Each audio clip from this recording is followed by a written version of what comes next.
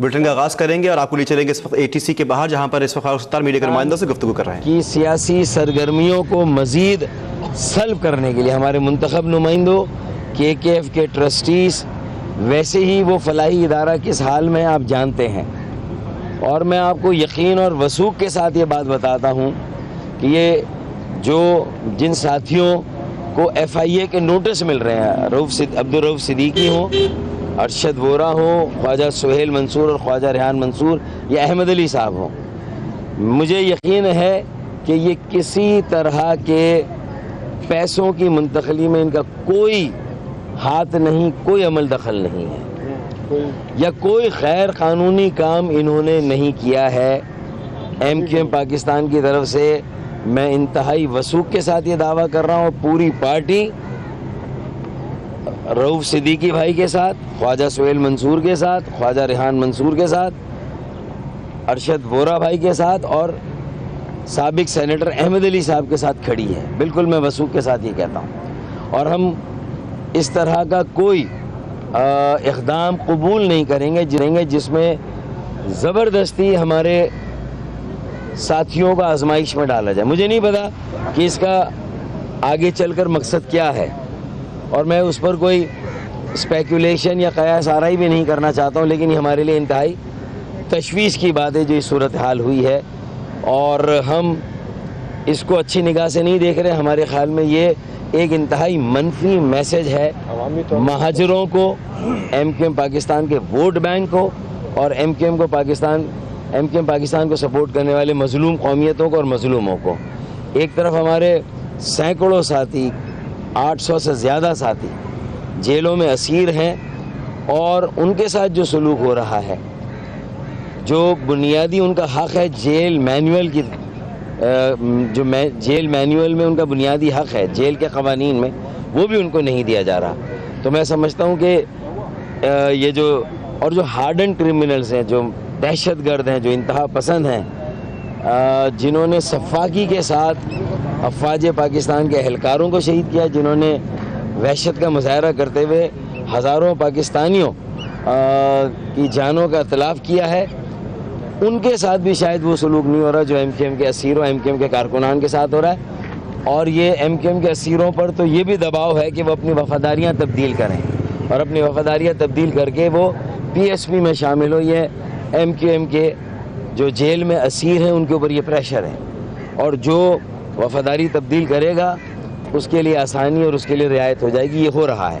میں حکومت سندھ کو بھی متنبع کرتا ہوں، انتظامیہ کو بھی متنبع کرتا ہوں، اور جیل انتظامیہ کو بھی خاص طور پہ یہ کہتا ہوں کہ وہ اور حکومت سندھ کو بھی یہ کہتا ہوں کہ یہ جو وفاداریاں تبدیل کرنے کا عمل ہے، حکومت سندھ اس میں ملوث ہے، تو ہم پھر اسمبلیوں میں بھی صوبائی حکومت کا گھیراؤ کریں گے، اور اس کے علاوہ بھی اگر ہمیں کوئی احتجاج کرنا ہے تو ہم اس کا حق بھی محفوظ رکھتے ہیں۔ قانونی طور پر ہم نے عدالتوں سے بھی رجوع کیا ہے کہ ہمارے اسیر ساتھیوں کے ساتھ جو بے رحمانہ اور غیر منصفانہ سلوک ہو رہا ہے اس کو فی الفور ختم کیا جائے۔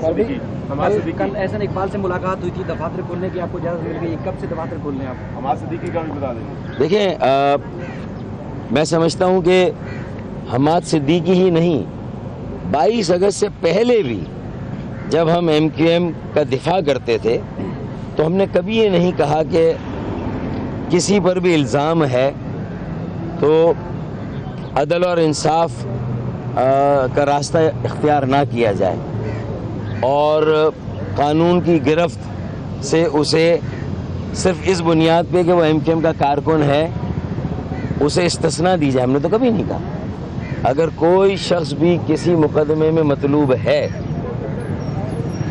اور وہ مقدمہ ایک عرصے سے بنا ہوا ہے، اگر یہ نہیں کہ منی لانڈرنگ کی انویسٹیگیشن تو سالہ سال سے ہو رہی ہے، اور اب 1 سال کے بعد 23 اگست کے اقدام کو 1 سال ہو گیا، اور اب اچانک یہ FIA میں شامل تفتیش کیا جائے ہمارے ساتھیوں کو۔ 1 سال سے کیا ہو رہا تھا؟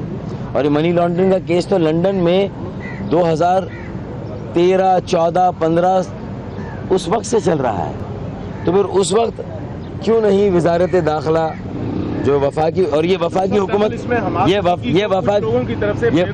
یہ وفاقی حکومت کا معاملہ ہے FIA کا. تو میں احسن اقبال صاحب سے بھی کہوں گا, وفاقی وزیر داخلہ سے بھی کہوں گا کہ اس معاملے کو دیکھیں. وزیر اعظم پاکستان شاہد خاقان عباسی کو بھی کہوں گا. اور دیکھیں حماد صدیقی ہوں یا کوئی بھی ہوں, ہم نے تو پہلے بھی آپ سے یہ کہا ہے کہ ہم نے کبھی یہ نہیں کہا, اور یہاں میرے سینکڑوں ساتھی ہیں جو جیلوں میں ہیں, اسیر ہیں مختلف مقدمات میں, جن میں مجھے یقین ہے بیشتر جھوٹے مقدمات ہیں, ان میں ملوث کیا گیا ہے. وہ آ رہے ہیں اور ہم بھی تو دیکھیں ہر پیشی پر آتے ہیں, پیشیاں بھگت رہے ہیں. ہم نے بھی عدالتوں کے سپرد کیا خود کو. تو میرے خیال میں ہماری پالیسی بالکل واضح ہے کہ جو بھی الزام ہے پھر اسے ایک مرتبہ کلیئر ہونا چاہیے. اور یہ مختلف وقتوں میں مختلف لوگوں پر آتا رہا ہے. یہ بلدیہ فائر انسیڈنٹ جو ہے, بلدیہ میں جو یہ آتش زنی کا واقعہ ہے, یہ کئی لوگوں پر مقدمے بنے ہیں اور پھر وہ ان مقدموں سے بری بھی ہو گئے, یا ان مقدموں سے انہیں فارغ بھی کیا گیا ہے, ان کے خلاف تحقیقات بھی ختم کی گئی ہیں. تو میں سمجھتا ہوں کہ یہ بھی آپ کے سامنے ہے. تو اب معاملہ کیا ہے وہ تو ظاہر ہے کہ تحقیق, پہلی بات تو کسی تحقیقاتی ادارے نے یا حکومت پاکستان نے کسی نے آفیشیلی کنفرم نہیں کیا کہ ان کے گرفتار کیا گیا نہیں کیا گیا. اگر کیا گیا ہے تو انصاف کے تقاضے پورے ہونے چاہیے, اور جو آئین اور قانون کا راستہ ہے اس کے مطابق فیصلہ ہونا چاہیے. ہم سیاسی بنیادوں پر کسی کے نہ ساتھ کھڑے ہیں نہ کسی کے خلاف کھڑے ہیں, بالکل واضح ہماری پوزیشن ہے. اور اگر کچھ لوگوں نے ان کی پارسائی کی قسمیں کھائی ہیں تو میرے خیال میں آنے والا وقت اس کو بھی ثابت کر دے گا, دودھ کا دودھ اور پانی کا پانی ہو جائے گا, کہ متحدہ قومی موومنٹ پاکستان مہاجر سیاست کرنے والی وہ سیاسی جماعت ہے جو بائی ڈیفالٹ کلینسٹ پارٹی ہے, سب سے صاف ستھری پارٹی ہے. ورنہ PSP بننے کے بعد اکثر ایسے لوگ جو مطلوب تھے, جو جیلوں میں تھے, وفاداریاں تبدیل کر کے گئے. اور آپ کو یاد ہوگا کہ ہم نے کہا کہ ایک ڈرائی کلیننگ کا پروسیس تھا, اور انہیں ڈرائی کلین کیا جاتا. ابھی حال ہی میں سہیل قریشی MQM پاکستان نارتھ ناظم آباد سیکٹر کا ہمارا رکن ہے, اسے گرفتار کیا جاتا ہے اور 5 دن کے بعد یا 8 دن کے بعد وہ PSP کے کیمپ سے برآمد ہوتا ہے. یہ کیسے پروسیس ہے؟ یہ کون سا یہاں کون سا آئین اور قانون کو فالو کیا گیا یا انصاف کے تقاضے پورے کیے گئے؟ یہ ناانصافی ہوئی ہے. جبری طور پر سہیل قریشی کی وفاداری کو تبدیل کرایا گیا ہے, چاہے سہیل قریشی کچھ بھی گئے, اس پر دباؤ ہے, اس پر جبر ہے, اور جبر میں اس کے ساتھ یہ کیا گیا ہے. اور ابھی بھی میرے کل بھی ساتھیوں کو گرفتار کیا ہے قانون نافذ کرنے والے اداروں نے, روزانہ آئے دن چھاپے اور گرفتاریاں ہو رہے ہیں. تو یہ سب کیوں ہو رہا ہے؟ ہم کلینسٹ MQM میں, ہم صاف ستھری جماعت ہیں, کرمنلز کی ہمارے یہاں کوئی جگہ نہیں ہے, دہشت گرد یا عسکریت پسندی کی ہمارے یہاں کوئی جگہ نہیں ہے.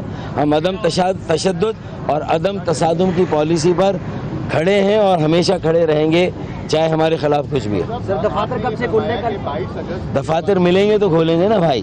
ہم نے تو ان سے بات کی ہے کہ جو وزیر اعظم صاحب نے وعدے کیے تھے اس کا فالو اپ تھا کل, اور اس میں اکتوبر کے آخر میں فنڈز کا اجرا ہونا چاہیے.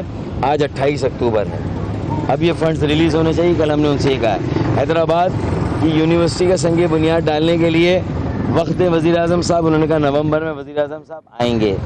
حیدرآباد کے پیکیج کے فنڈز ریلیز ہونے چاہیے, انہوں نے کہا ریلیز ہوں گے. پھر 65 ملین گیلن پانی کا منصوبہ ہے کراچی کا, اس پر عمل درآمد شروع ہونا چاہیے, انہوں نے کہا کہ شروع ہوگا.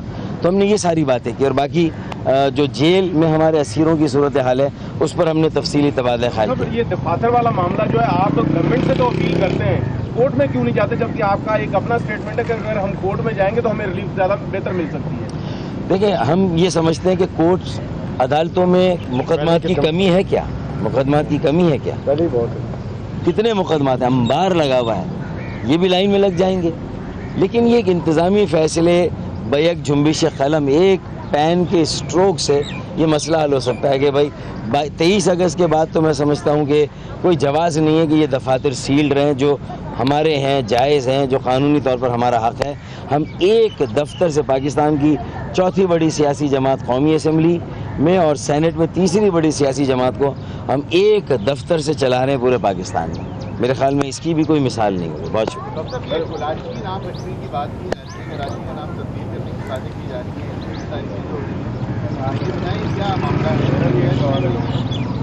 محلے کا نام ہاں بھائی, کسی ایک علاقے کا نام رکھنا ہے کسی محلے کا نام رکھنا ہے تو ضرور رکھ دیں، لیکن ایک شہر کا نام ایک عرصے سے چل رہا ہے۔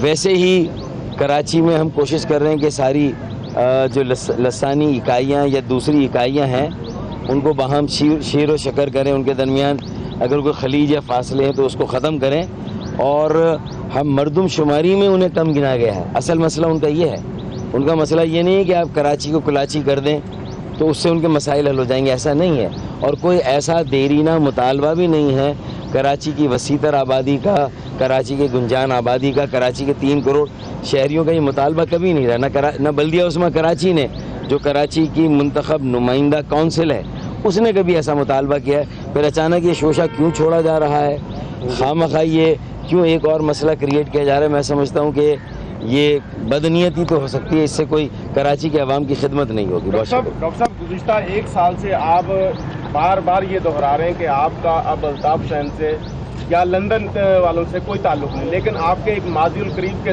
ساتھی ایک MNA وہ بار بار دہرا رہے ہیں کہ آپ کا بھی رابطہ ہے، دیگر آپ کے جو MNAs ہیں جن میں قمر نویر صاحب ہیں ان کا براہ راست رابطہ ہے، آپ کا انڈائریکٹلی رابطہ ہے۔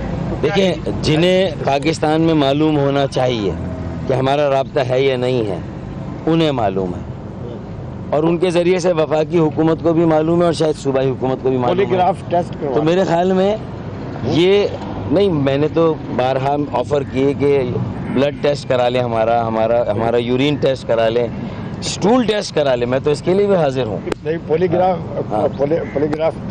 اور ہم بار بار اب اس سوال ہم بار بار اب یہ صفائی نہیں دیں گے، اور جو ہمارا کوئی ماضی القریب میں ساتھی تھا، جو ماضی القریب میں جس کو ہم نے نکال دیا، کاش وہ یہ والی بات ہم اس کے نکالے جانے سے پہلے وہ بتاتا۔